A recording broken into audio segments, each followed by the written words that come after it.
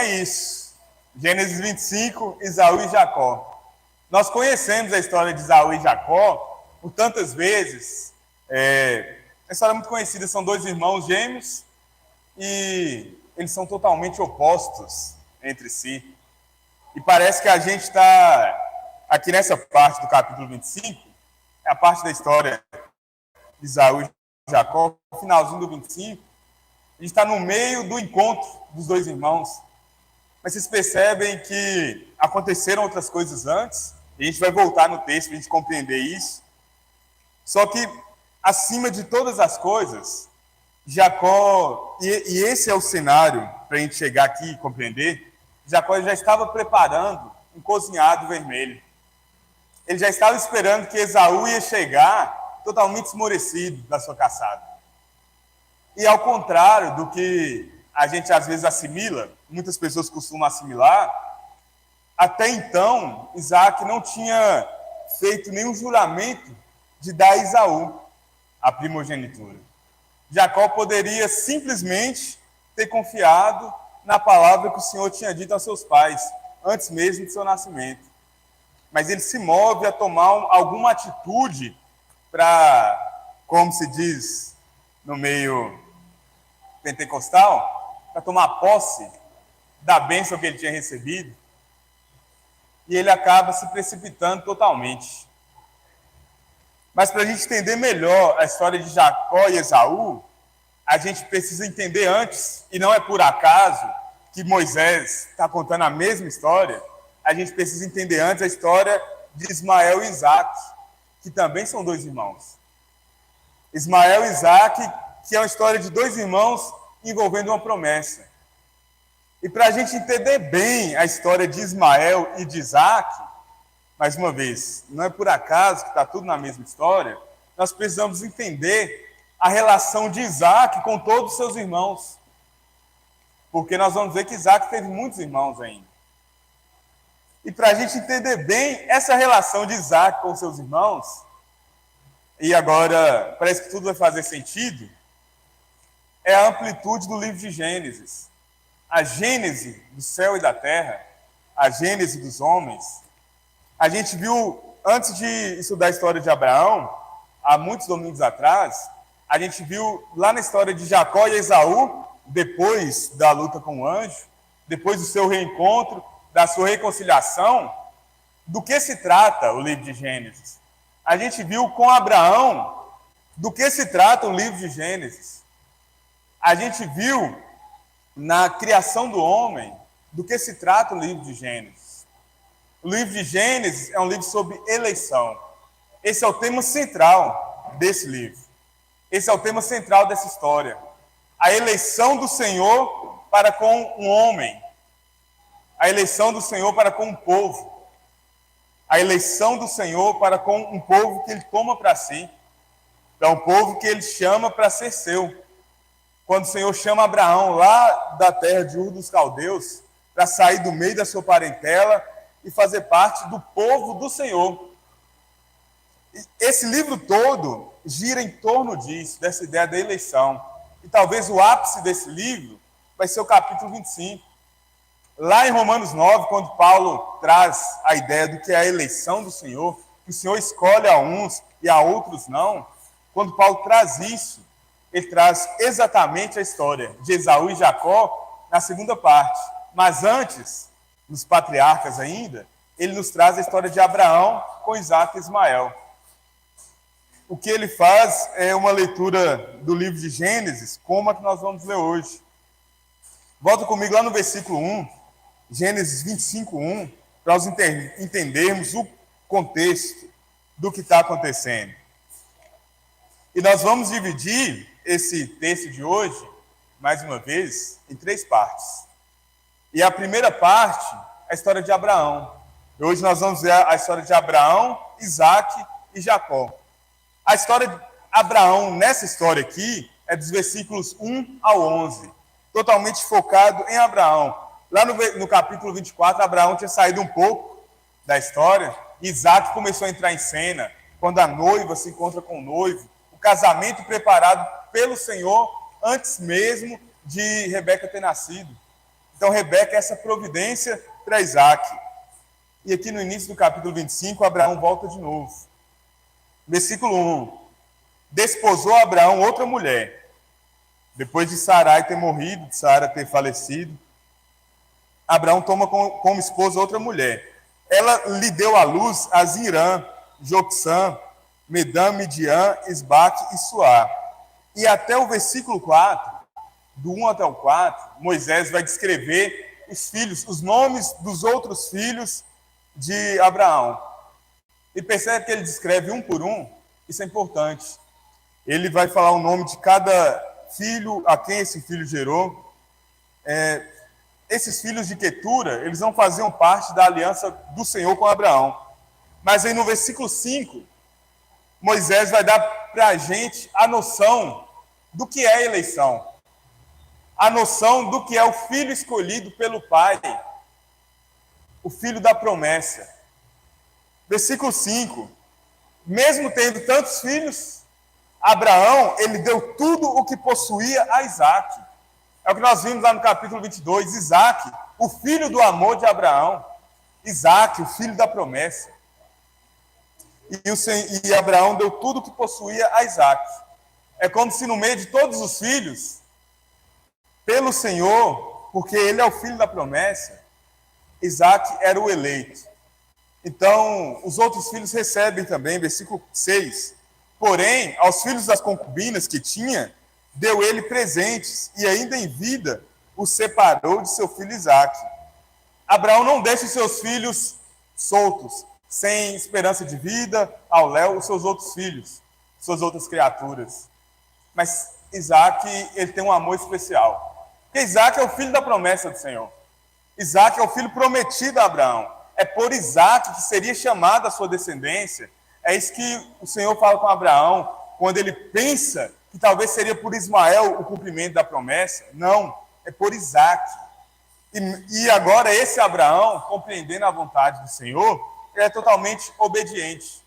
Então, mesmo tendo tantos filhos, ele cuida dos seus filhos, ele dá presentes, ele dá condições para os seus filhos continuarem vivendo, mas para Isaac, ele dá o seu tudo. Para Isaac, ele dá o seu melhor. Isaac é o seu filho amado dentre os outros filhos. Versículo 6, ele cuidou dos filhos das concubinas, deu presentes ainda em vida. E essa é a questão importante. Ainda em vida, o separou de seu filho Isaac. Isaac é esse filho separado por Abraão. É o filho amado do Senhor. É o filho amado da promessa. Enviando-os para a terra oriental. E a palavra aqui para separou, no original, é a mesma palavra para despediu. Como se ele tivesse demitido, despedido dos seus outros filhos. Como se ele tivesse se divorciado dos seus outros filhos. Para permanecer com Isaac. Isaac era o seu filho. O filho do seu amor, o filho principal. E a gente vê o que é o amor de eleição. Moisés vai começar a introduzir na história o que é o amor de um pai por um filho eleito e tão amado, que mesmo dentre os outros filhos, e cuidando das suas outras criaturas, por Isaac, ele tem um valor especial, ele tem um cuidado especial. Então ele separa os outros filhos de Isaac, ele despede os outros filhos de Isaac. E a gente vai ver no versículo 7, a morte de Abraão. Foram os dias da vida de Abraão 175 anos. E expirou Abraão, morreu em ditosa velhice, avançado em anos, e foi reunido ao seu povo. Sepultaram-no Isaac e Ismael, seus filhos, na caverna de Macpela, no campo de Efron, filho de Zoar, o Eteu, fronteiro a Mamre. Então Abraão, ele aspirava uma pátria celeste. Ele morreu sem ver todas as promessas do Senhor serem cumpridas na sua vida. Mas tudo que ele viu, ele se fez contente. Tudo que ele viu foi suficiente para ele. E ele morre, olha no versículo 9, onde que os filhos sepultam ele. Na caverna de Macpela, lá do capítulo 23. Ele morre e é sepultado na terra prometida pelo Senhor, em Canaã. E o que o escritor de Hebreus vai falar é justamente isso. Ele morreu almejando uma pátria celeste, uma pátria superior a essa, um lugar muito mais maravilhoso do que esse. Ele não viu em vida todas as promessas do Senhor se cumprirem, mas ele experimentou o que é o favor do Senhor. E ele morreu em fé, crendo que o Senhor iria cumprir todas as suas promessas ainda. E sabe o que é o mais maravilhoso disso, que é o que nós vimos no capítulo 23? É que o Senhor vai cumprir ainda todas as suas promessas a Abraão. Jesus Cristo, Filho de Deus, veio como descendência de Abraão e de Isaac. E um dia, gloriosamente, Abraão voltará para habitar nessa terra totalmente redimida, nesse mundo glorificado. E ele vai desfrutar da santa promessa do Senhor por toda a eternidade. E ele morre crendo, e isso que é maravilhoso. Como que é o que 1 Coríntios 13 fala, um dia vai ser só o amor. Resta agora essas três coisas, a fé, a esperança e o amor. E nós estamos diante de um homem que ele tem a certeza absoluta disso. Um dia ele não vai mais precisar ter fé. Um dia ele não vai mais precisar acreditar. Abraão é esse homem que morre crendo nas promessas do Senhor, e um dia ele não vai mais precisar esperar. Ele não vai mais precisar ter esperança. Ele vai estar por toda a eternidade em amor com o Deus Pai, com o Deus Filho, com o Deus Espírito Santo. Essa é a esperança das nossas vidas. É que um dia nós não precisaremos mais ter esperança. É que um dia nós veremos face a face, e nós não precisaremos mais ter fé para acreditar. Nós apenas iremos desfrutar. Então, é importante esse versículo 9, porque marca justamente o terreno que ele comprou. O terreno para o sepultamento de Sara. E é onde ele é sepultado. Esse terreno é em Canaã, na terra prometida. Versículo 10, é o campo que ele comprou dos filhos de Et. Ali foi sepultado Abraão e Sara, sua mulher. Versículo 11, depois da morte de Abraão, Deus abençoou a Isaque, o seu filho. Isaque habitava junto a Berlai-Roi. Vocês lembram, na semana passada, Berlai-Roi é exatamente o poço no deserto, aonde Agar vai fugir quando concebeu a Ismael. E o anjo do Senhor aparece e fala para ela, volta para a casa de Abraão, volta para servir. Então, no versículo 11, depois da morte de Abraão, o Senhor abençoou a Isaque, o seu filho, filho de Abraão. Isaque habitava nesse poço no deserto. Então o Senhor abençoa Isaque, mas Isaque está morando no deserto. Que espécie de bênção é essa que o Senhor concede a Isaque? Você gostaria de ter uma bênção como essa bênção de Isaque? A bênção de habitar no deserto. Se você pudesse escolher, a gente volta lá atrás, com Ló e Abraão. Você iria querer habitar no deserto?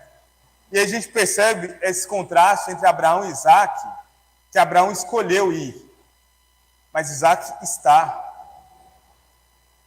Abraão, quando ele teve a oportunidade de escolher entre os campos maravilhosos de Sodoma, ele cedeu a Ló a escolha.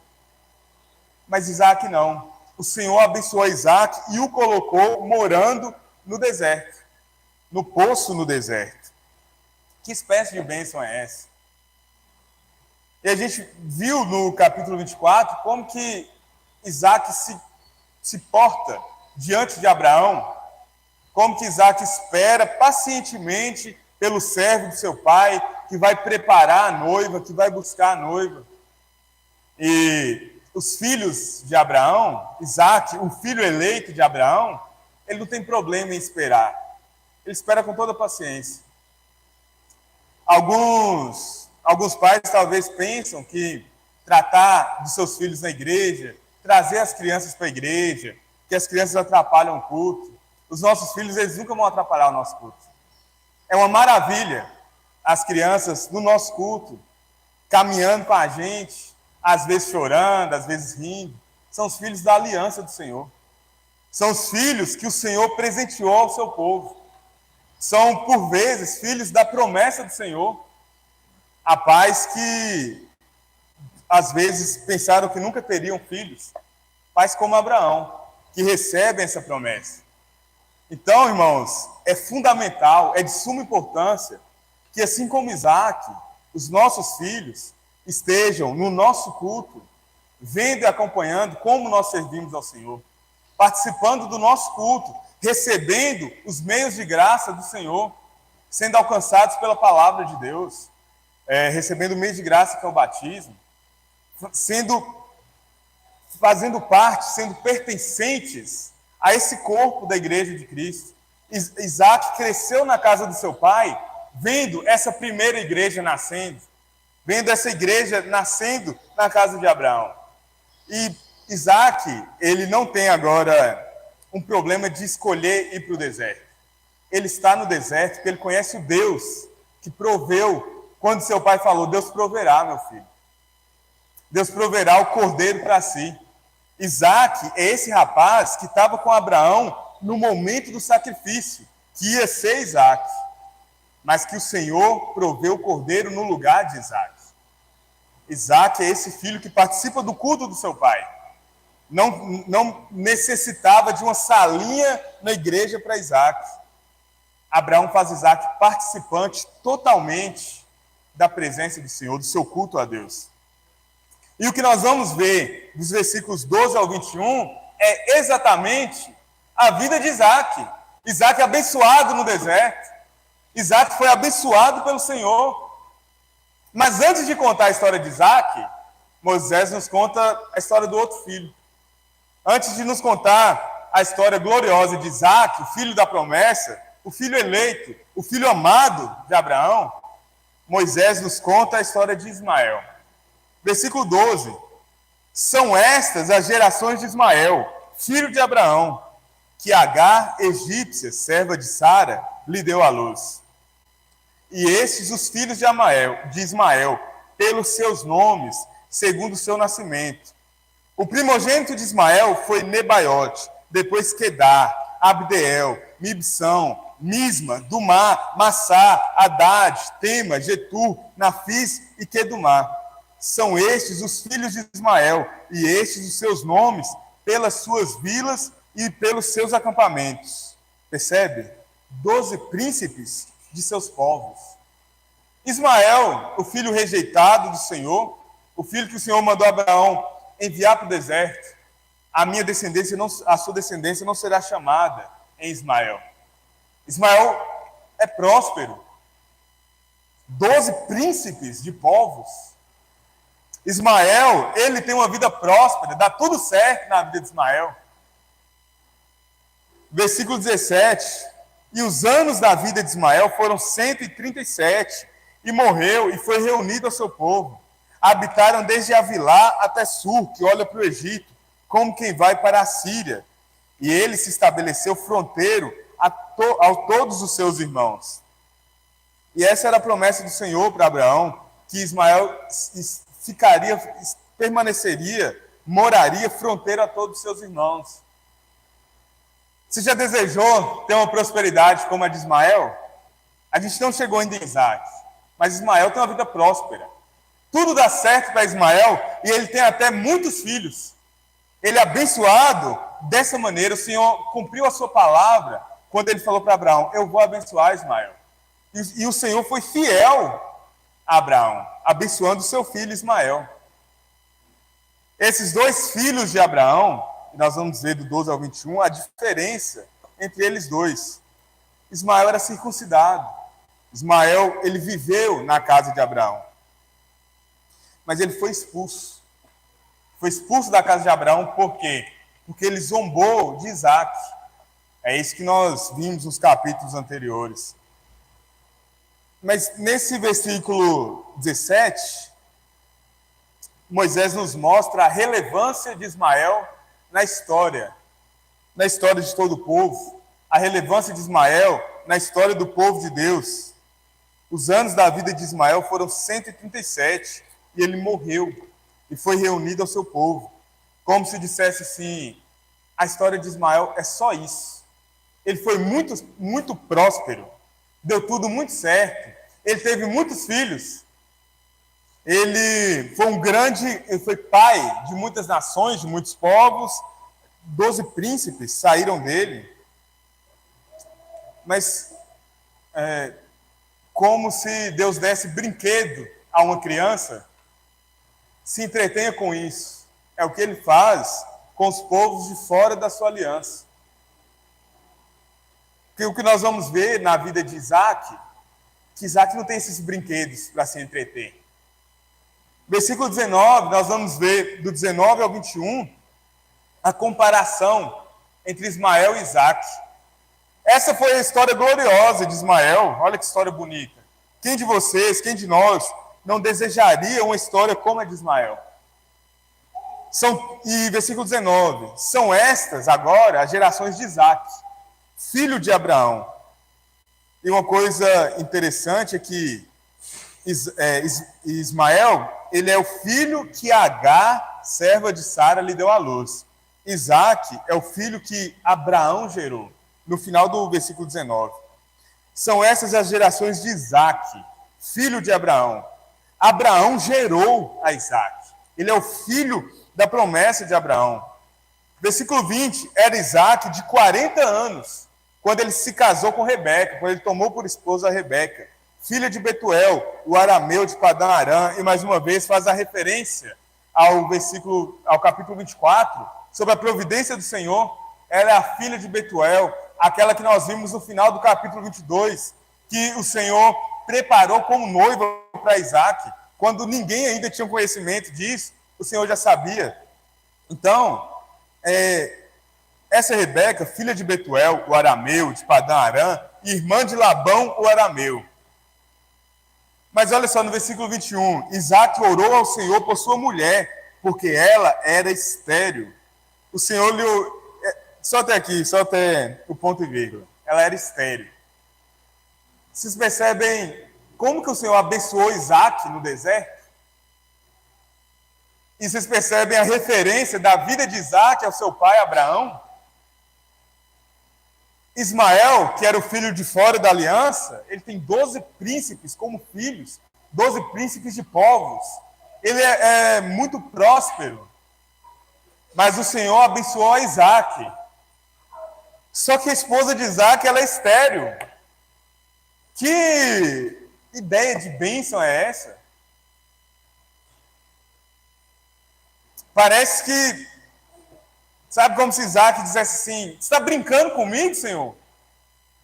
Eu estou morando no deserto, eu sou filho amado, eu sou filho da promessa, mas eu estou no deserto, eu recebo a bênção do Senhor. O meu irmão Ismael, ele é muito próspero, ele tem muitos filhos, ele tem muitas coisas. A minha esposa, ela é estéril. Como? Da onde que vai vir a descendência? Como que vai vir essa descendência, então? O Senhor prometeu ao meu pai, mas agora parece que nada faz sentido. E ele ora e pede e coloca diante do Senhor, porque a sua mulher, ela era estéril. Então, essa é a vida de Isaac. E a pergunta que fica para nós, nesse contraste entre Ismael e Isaac. Primeira coisa, o que é prosperidade? O que é ser próspero? O que é ser abençoado? Como eu falei, essa é a bênção do Senhor na vida de Isaac? É não ter. A bênção do Senhor na vida de Isaac é ele ser fraco, ele não conseguir alcançar o que o Senhor tinha prometido a ele. O que é prosperidade, irmãos? Como a gente falou no Salmo 142, no início, seja para nós suficiente. Quando nós olhamos para todas as coisas, e talvez essa seja a maior bênção do Senhor nas nossas vidas, que seja para nós suficiente sermos amados de Deus, sermos filhos amados do Pai.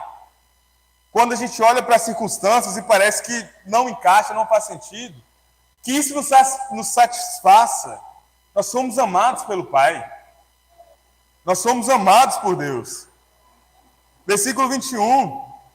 Isaac orou ao Senhor por sua mulher, porque ela era estéril. E depois do ponto e vírgula, a segunda parte.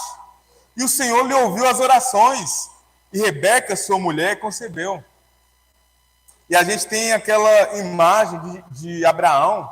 Por que é que Sara tinha que ser uma mulher estéril? Por que é que Rebeca também tem que ser uma mulher estéril? O Senhor escancara diante de nós a sua santa providência, o seu santo cuidado em todas as coisas, como Ele conduz todas as coisas segundo a sua santa vontade. Então, parece que... Será que Deus está brincando comigo? Olha como que Ismael prospera. Às vezes a gente vai pensar que o mal domina todo mundo. E nós somos colocados em uma posição tão fraca como Isaac. Nós somos colocados como um povo tão pequeno. O povo do Senhor, o povo que ama a palavra do Senhor. E parece que o mal que domina todo esse mundo nos aperta e nos pressiona. Mas nós devemos ter uma paciência como a de Isaac.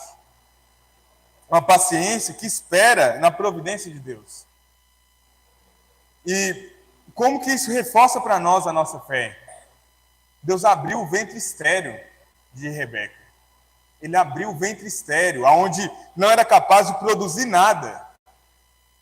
O Senhor abriu esse ventre estéril para fazer cumprir a sua palavra, mostrando assim e demonstrando que, olha só, Ismael ele consegue resolver a si só. Ismael ele consegue conquistar, ele vai habitar fronteira aos seus irmãos, ele vai ser um homem forte do deserto. Isaac não. Isaac vai ser esse homem que precisa orar. Isaac vai ser o homem que precisa se humilhar diante do Senhor, que precisa pedir: Senhor, seria mais fácil, olha como seria tudo caminhar de maneira simples. Eu tenho uma esposa, era só ela estar grávida, ela não ser estéril, ela ser fértil, e a gente iria ter um filho, ia ser muito mais fácil para ti. Mas Isaac é esse homem que precisa se humilhar diante de Deus e pedir: Senhor, eu não consigo ter sequer um filho. E a sua promessa é que eu teria um filho, porque a descendência da sua nação, a sua promessa é que ela vai se constituir. A sua promessa é que a descendência da sua nação, ela vai florescer. Não tem como isso acontecer sem um filho. Eu preciso ter um filho. E aqui nós encerramos Isaac como centro da história. Nós vimos Abraão, confiou no Senhor, aprendeu a trancos e barrancos o que era ser um servo de Deus. Nós vimos Isaac, que aprendeu na casa do seu pai o que era ser um servo de Deus.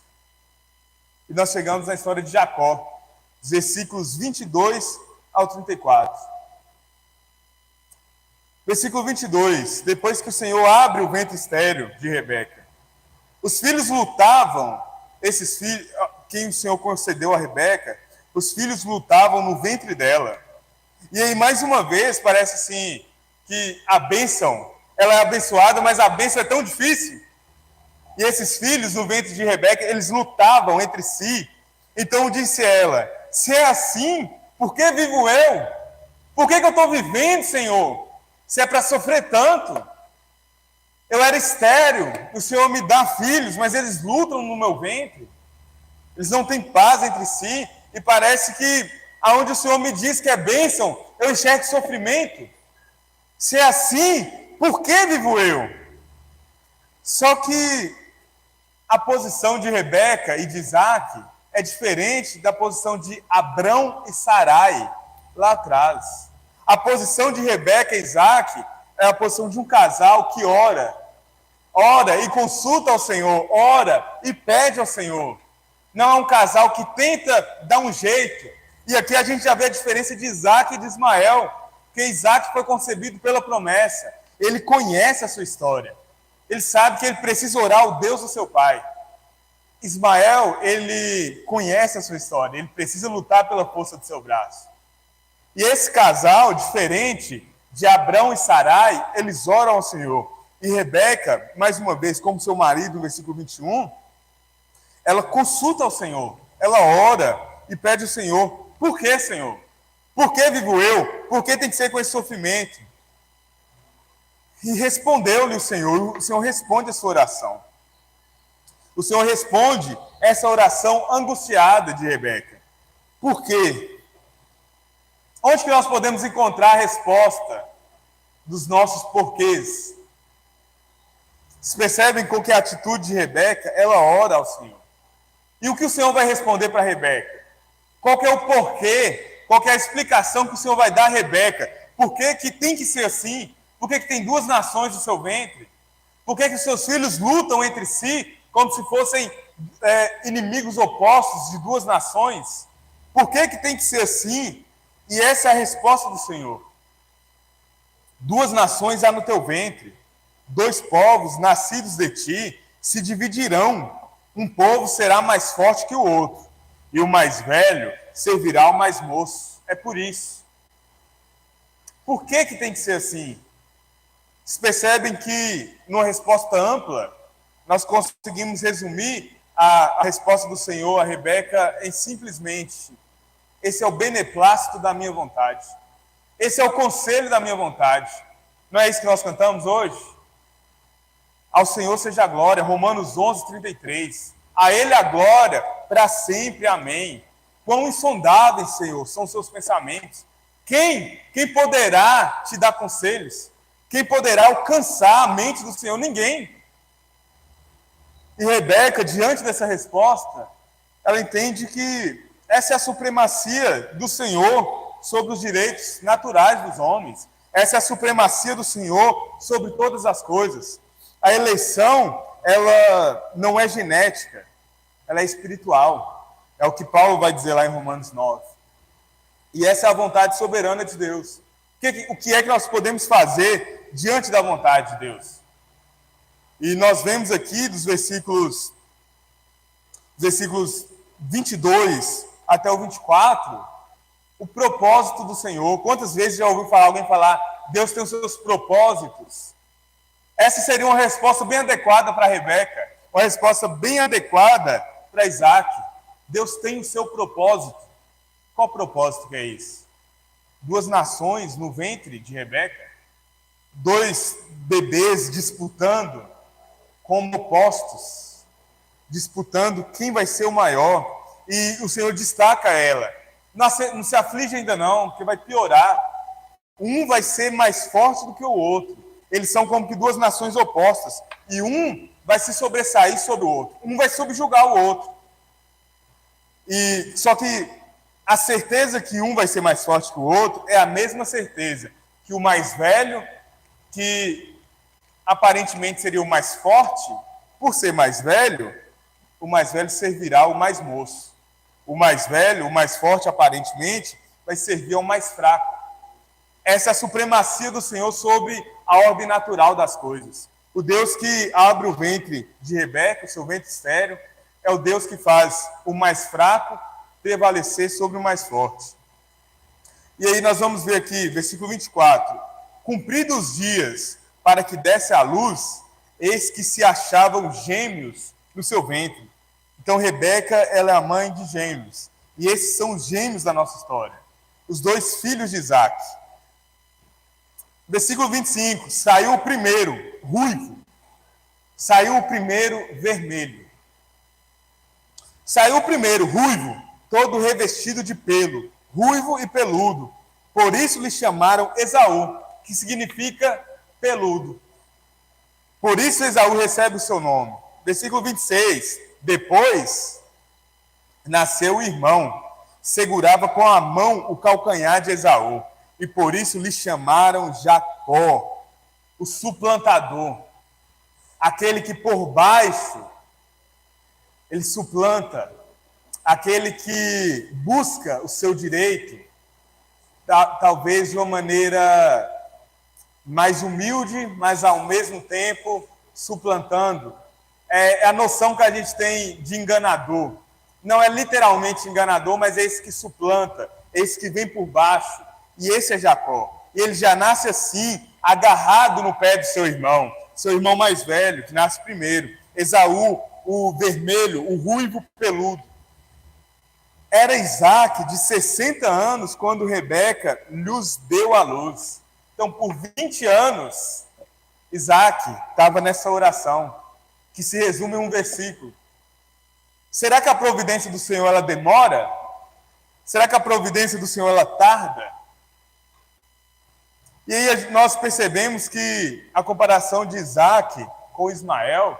Ismael teve todas as coisas de uma vez muito simples, e tudo na vida de Isaac parece que é muito sofrido.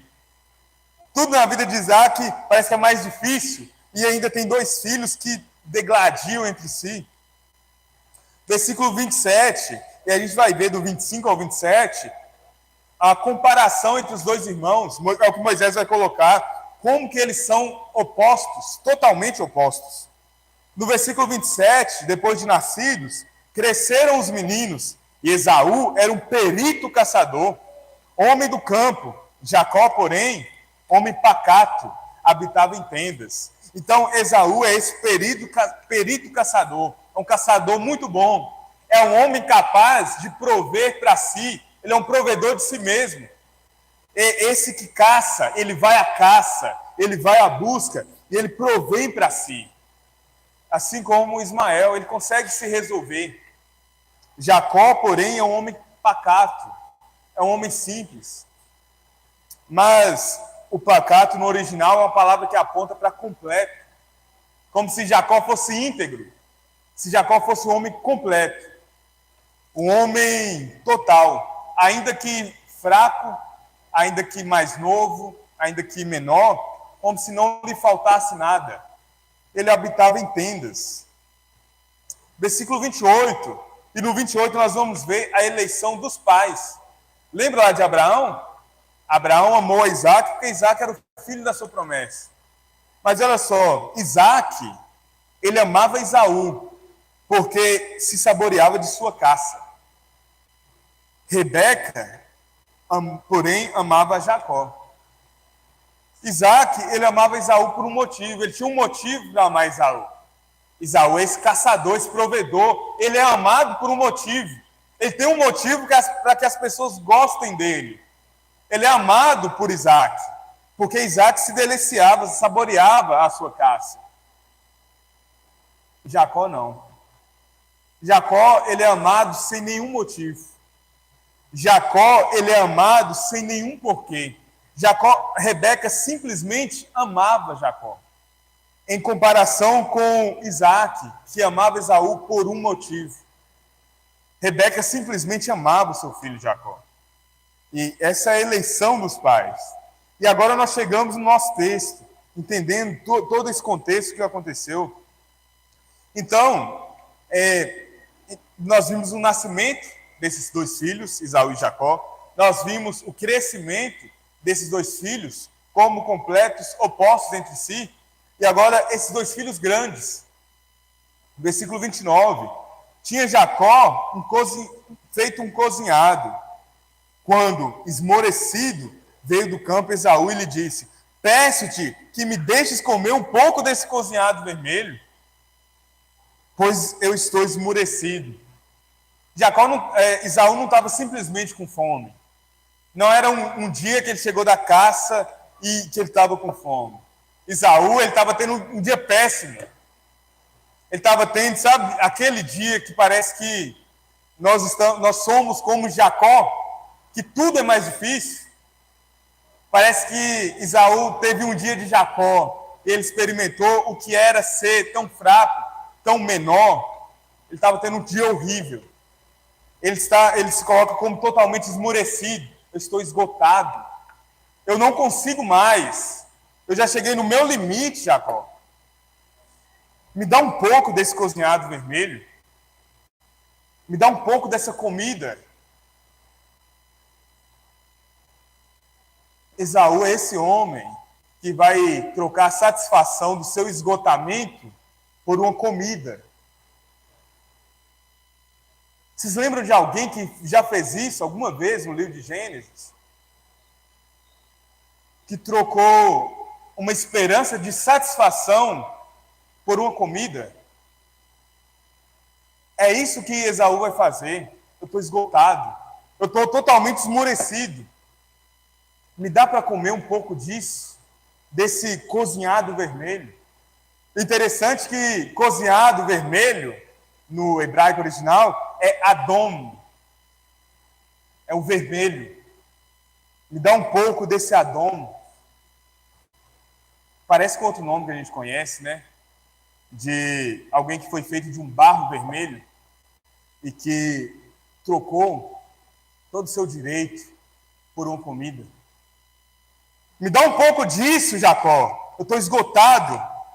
Daí chamar-se Edom, que significa vermelho, porque toda a descendência de Esaú é chamada por esse nome, os Edomitas, os vermelhos, porque Esaú trocou o seu direito por um prato de comida, por um prato de lentilhas vermelho, por um ensopado vermelho.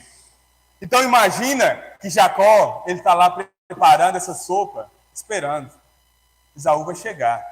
E aí Esaú chega e Jacó está, olha, que sopa cheirosa, que coisa maravilhosa. Quase que como forçando Esaú, o mais velho, que tinha a primogenitura por direito, quase que forçando Esaú a trocar alguma coisa por essa comida. Bem parecido com uma serpente que faz essa tentação. Olha essa comida como que é maravilhosa. Você pode comer um pouco disso e você pode, então, acabar com o seu esgotamento, se deliciar. Você tem a oportunidade de se satisfazer com essa comida. Versículo 31. Disse Jacó, eu vou te dar a comida. Vende-me primeiro o teu direito de primogenitura. Eu te dou o que você tanto deseja. Me dá o seu direito. Me dá isso que você tem por direito natural. E eu vou te dar essa comida. E aí o que Esaú responde a Jacó? Versículo 32. Ele respondeu, estou a ponto de morrer. Estou totalmente esgotado. De que me aproveitará o direito de primogenitura? O que eu vou fazer com isso? Eu estou morrendo de fome, eu estou totalmente esgotado. Primogenitura numa hora dessas? Eu estou tendo um dia péssimo, Jacó. Eu não quero saber de primogenitura, não, moço. Eu quero me satisfazer agora. A primogenitura, você faz o que você quiser com ela depois, mas me dá um pouco dessa comida. Eu preciso comer isso e me fartar. Eu não quero primogenitura. De que me aproveitará esse direito de primogenitura? Então disse Jacó, jura-me primeiro. Primeiro você me jura. Primeiro me disse e vai me dar. E aí sim eu te dou a comida. Ele jurou e vendeu o seu direito de primogenitura a Jacó. Esse é Jacó. Jacó é esse homem pacato. E a ironia é que ele não é tão perfeito assim. A grande ironia dessa história toda é que Esaú é o caçador. Esaú é identificado como o caçador. Esaú é esse que busca se satisfazer na comida. E Jacó é esse que é o homem completo. Mas ele precisa fazer alguma coisa para ver, para garantir. Ele não confia totalmente na promessa do Senhor. Ele não confia totalmente na palavra do Senhor. Ele precisa fazer alguma coisa para garantir para si. E a gente vai ver que Esaú e Jacó, na sua essência, são a mesma coisa. Os dois têm uma alma de caçador. Os dois precisam prover para si. Jacó tem a mesma necessidade de Esaú. E é o que Paulo vai dizer. Porventura existe injustiça da parte de Deus quando ele amou a Jacó e aborreceu Esaú? Se os dois são totalmente merecedores. A nossa tentação, vendo esse texto, é de falar assim, não, Jacó, ele tinha uma razão, ele precisava garantir. Essa é a nossa tentação. Porque a gente lê isso aqui, a gente se enxerga como Jacó. Nós somos o povo escolhido. E a gente quer ficar do lado de Jacó e encontrar razão nisso. Mas o ponto é que Jacó, ele enganou. Ele pecou assim como Esaú. Esaú é esse Edom. Esaú é esse que despreza a promessa do Senhor. Mas você percebe que Jacó é esse obstinado. Ele vai até o fim no que ele busca para si. Ele está disposto a fazer o que vai solucionar, o que vai fazer acontecer. Ele, mais uma vez, como a gente disse no início, ele precisa tomar posse de uma bênção. E se Jacó não tivesse feito isso? Será que Jacó precisava fazer isso? Mas ele quer fazer isso, sabe por quê? Lá na frente, um dia, quando Esaú disser, o direito é meu, eu sou o primogênito, Jacó vai falar, você me vendeu. Está assinado, você disse, você falou, você jurou, você quis vender a mim o seu direito. Isso é direito meu. Você falou, estava lá, você assinou. E não é assim que nós somos muitas vezes? Eu preciso, você disse isso e tem que ser assim, porque você falou que ia fazer desse jeito. Versículo 34. Deu, pois, Jacó a Esaú pão e o cozinhado de lentilhas. E olha como que é a atitude de Esaú diante disso. Ele comeu, bebeu, levantou-se e saiu. E essa parte do texto aqui é esse estacato. Ele é totalmente rude. Ele é totalmente grosso. Ele vai lá e sacia. Ele mata a sua fome do que ele acha que precisa fazer. Então, esse é o desejo de se saciar que Esaú tem. E ele mata esse desejo. Ele mata essa fome. Mas como a gente está entendendo, era um dia que ele estava mais do que simplesmente com fome. E ele aceita totalmente essa oferta de Jacó para ele. E o que fica para nós diante disso tudo aqui que acontece? Primeiro ponto, irmãos. O reino de Deus não é a nossa satisfação pessoal. Vocês percebem o contraste entre Isaac e Ismael, entre Esaú e Jacó, entre o forte e o fraco, entre o que se satisfaz, entre o Ismael que tem satisfeito na vida, ele vê, ele desfruta de tudo quanto ele desejou, entre Esaú que mata o seu desejo, e Isaac e Jacó que não.